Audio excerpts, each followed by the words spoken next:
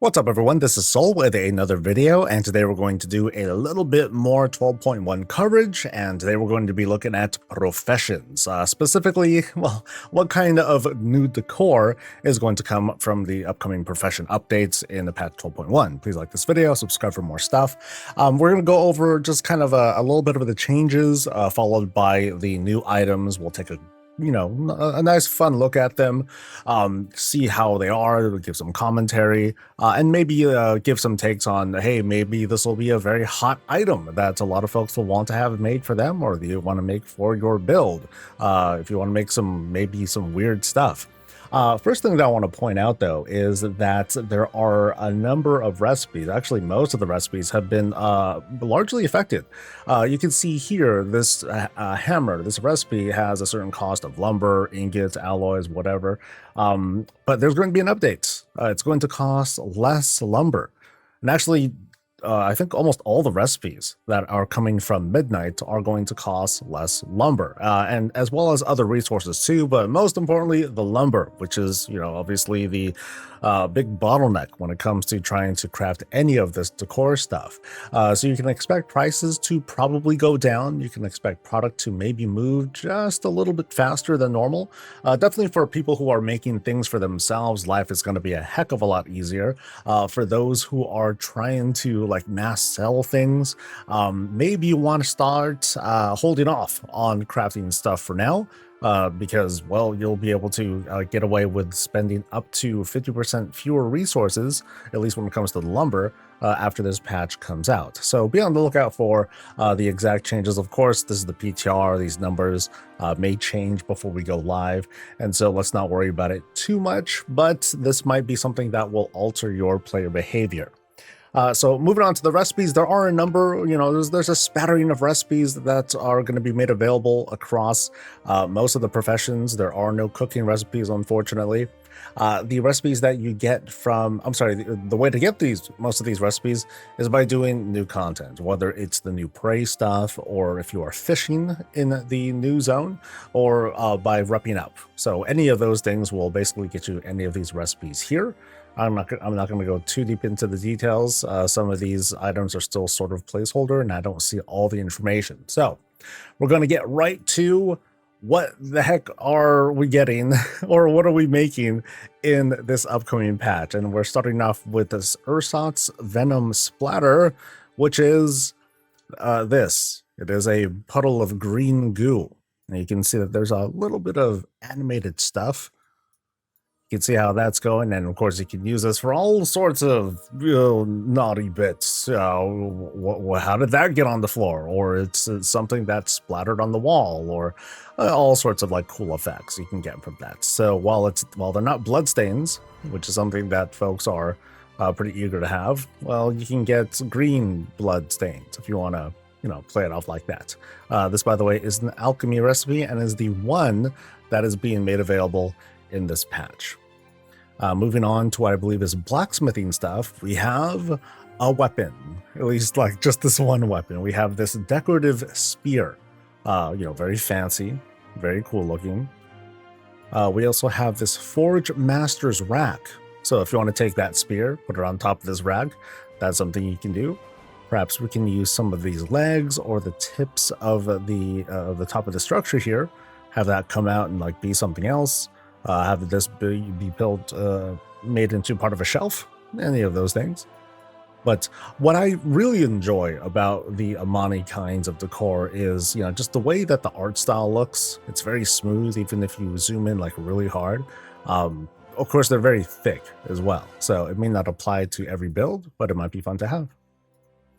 And then we have a very large structure like this workbench. You can see down here it has this kind of a very solid texture here. It may or may not stick around for the whole time, but this piece seems to be pretty versatile. I mean, we can have it rotated like this, and we can then use it for something else, like this crazy wall shelf or something like that. This can be like a new edge of a bed, or the bottom platform of anything, and you can just obscure this part. Just put anything else on top of it, and now it becomes this much more versatile piece. It sort of reminds me of the earthen beds But just obviously this is more like a bench, and if you want to like put some fires down there, then it's like, hey, we can like kind of do the same thing, but not really.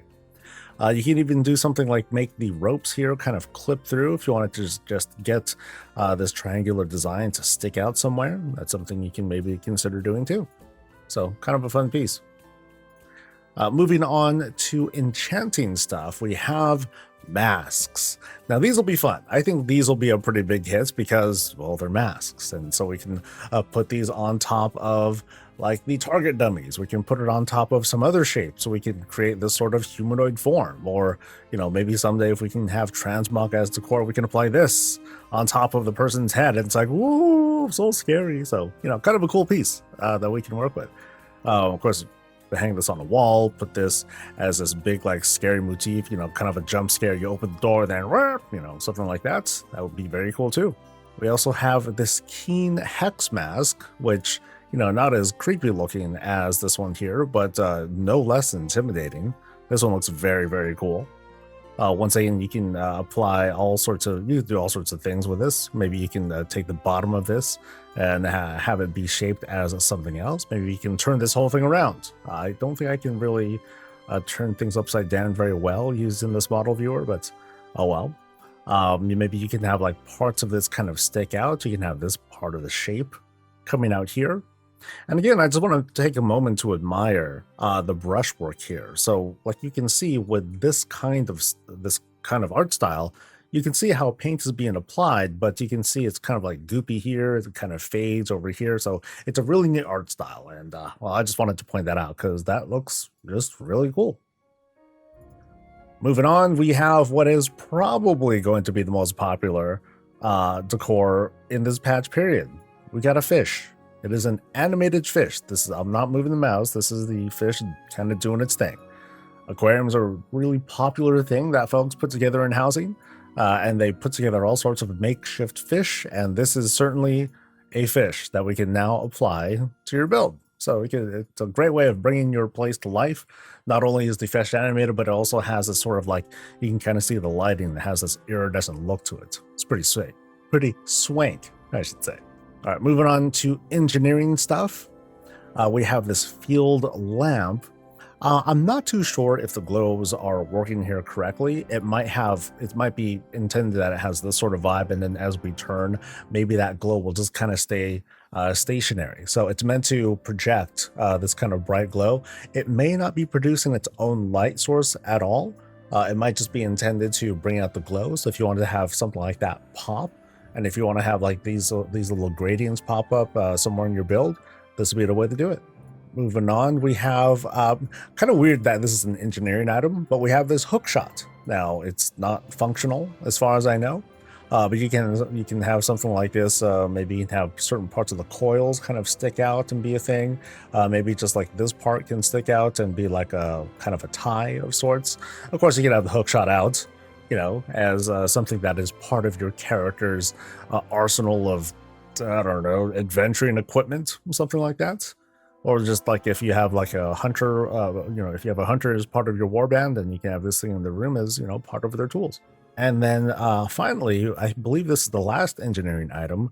We have this thing is called a Proudmoore ship in a bottle. Now this is a pretty small piece, as you can see. You can see how blocky these pieces are because it's meant to be, you know, pretty small. But it is kind of cute. We have a whole boat inside. It fits, and that's kind of it. You know, so I'm not too sure what I would do with this. Maybe I can have this thing as a bottle. I don't know how it would look like this, but well, we have plenty of bottles, so I'm not too sure what I would do with this one. Moving on to Inscription. I think this one is going to be possibly a popular one. This tablet is kind of big. Now, of course, you can use this and you can use the flat structure to be whatever you like. If you want to preserve this sort of texture, maybe you can use this as a pillar piece. Or, of course, you can use the flat of it. Maybe you can use this as a floor, even. You know, if you have a small-sized room, you can fill out most of the space with this tablet-looking shape right here.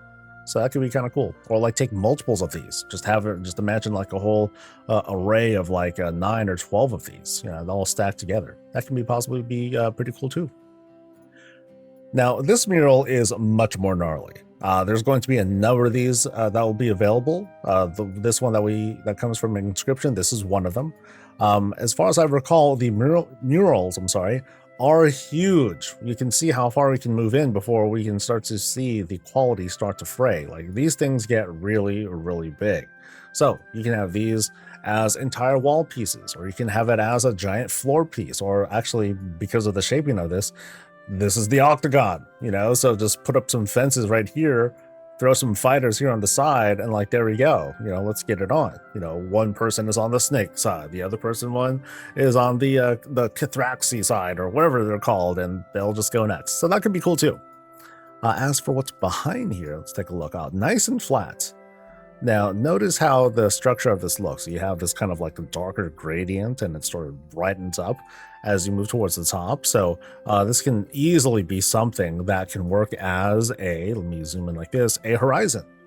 So we can use that as a cool base. So this has potential to be a very, very versatile piece. Even like the top here can be used for like something else. Like, this can be like the front bumper of a giant diesel or something like that. So that'd be kind of neat. Moving on to Jewelcrafting. These items are going to be small. This gem is one of, I believe, 3 that are going to be featured in the patch, and they're just very small objects. And that's kind of the point, is to have a way to adorn objects, or to put eyeballs on a face, or any sort of thing like that. But I think these will prove to be very versatile pieces. Now, you can achieve like the illusion of small jewelry by just clipping other decor and having those just be visible, just with some clever kit bashing. Of course, if you just want a jewel to like stand on its own or float or whatnot, this will be one of the few ways to do it. But otherwise, it looks pretty neat. Pretty cool. I've been saying neat a lot, so I apologize in advance. Here we have the same style. We had the red gem, and now we have the green gem, as you can see right over here. So possibly a lot of different sorts of applications you can put into this, if you want to. Of course, again, you can use kit bashing other objects to make a similar sort of illusion. Or you can have these things be like piercing bullets or something like that are flying over. This is ammo from a Gatling gun. I can think of 1 or 2 builds that I've seen with heavy weaponry. And so here's like some ammo if you wanted to use something like that. Yeah, I've seen a lot of stuff, guys. So moving on to leatherworking, we have this snakeskin rack. Nice and simple. Of course, this can also be a kite, if you want to have, that sort of effect. Maybe we can have like a couple of these objects kind of stick out on their own. Maybe this can stick out on its own as a top of a chair or a throne or what have you. So, or this can be like a big old hanging piece of bacon. Or maybe I'm hungry, something like that. Here we have a flat snakeskin canopy. So this can be something you kind of ideally just have like this overhead sort of cover. You can see here that it's the same pattern, just about the same pattern on both sides. So if you want to, again, have this as a cover or a floor piece or something like that, that could be kind of cool. So you can have it like as a hanging like sort of curtain area, and have that like draped over a door of sorts. Maybe that can work too. Moving on, we have what is probably the most popular leatherworking item, and probably one that might be really high up there. It is called the Mounted Moby, and it is a shark, a mounted shark with a stick in its mouth. Now, of course, this can be a great fit in an aquarium. This can be something that can stick out of a bathtub or a bed or a refrigerator, or just any kind of like weird sort of situation that you want to make up. It's like, rah, shark, so that'd be kind of cool. Next, we have under tailoring, we have the Tortollan Sling Sack. That's all it is. It is just a little baggie. It's only about that big or so. Not too much to this one, but we have this nice little baggie. And then we have this Twilight's Blade bedroll. I'm not sure it'd be the most appetizing thing. And I think if we were trying to use this and kit bash this into something else, I think there are other objects that might work better. But of course, you can have different applications for these too. So if you wanted to have this like the back of like a big backpack, and you wanted to put this on top as if this is like, well, a bedroll, so you can have it on top of that, and you're trying to kit bash all this like camping equipment together. Or you just have a rugged bedroom, and this can be used as either a bedroll that's, ready for travel, or as a pillow, whatever you like. So these are very versatile pieces. It's just a question of like, what do you want to do with these? And none of the pieces here that we're talking about here today are dyeable. So there's only so much versatility that you're going to get out of any of these pieces. Now, of course, some of these are just going to be a lot more fun than others to work with. They'll just have like some crazy capabilities to them. Some of these just look fun. As for favorites, I don't really have any favorites of this. Like, it's really just a matter of like, okay, cool, there's this build that I want to do, and something like this would be perfect for it. And it's just a question of that. And everyone's going to be a little bit different. So I'm going to be very curious. What do you guys think? Are these items going to be of any use to you? Is there any like a cool or favorite thing that that caught your eye? Leave a comment in the comments below. Please like the video, subscribe for more stuff. Catch me live, and I'll catch you later. Stay safe, stay healthy, and stay breezy.